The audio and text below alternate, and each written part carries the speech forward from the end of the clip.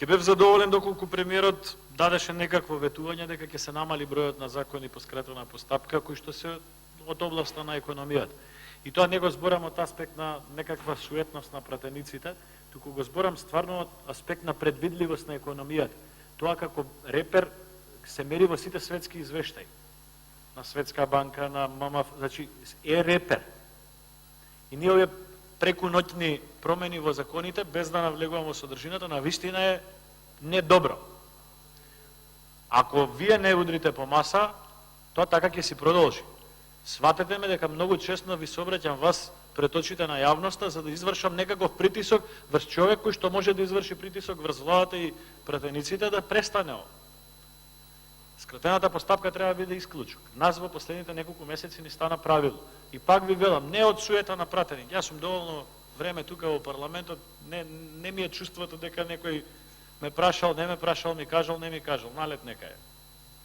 Од аспект на економијата, инаку не се согласувам со сите работи кои што ги кажавте, потрошувачката не треба да ви биде главната надеж на зголемување на бруто домашниот производ. Не, ние имаме огромен увоз токму на продукти за употреба секојдневна на граѓаните. Кога и да влезете во... Има и статистики за тоа, министерот може да ви ги даде. Но еве тргнете по вас, кога и да влезете во маркет, 90% од производите по рафтовите се увозни. Ние многу малку купуваме домашни производи во таа општа јавна потрошувачка. Немојте да се основате, ќе биде зезанција кој што беше сега извештајот на Државен завод за статистика, бруто домашниот производ расте благодарение на спортски кладилници.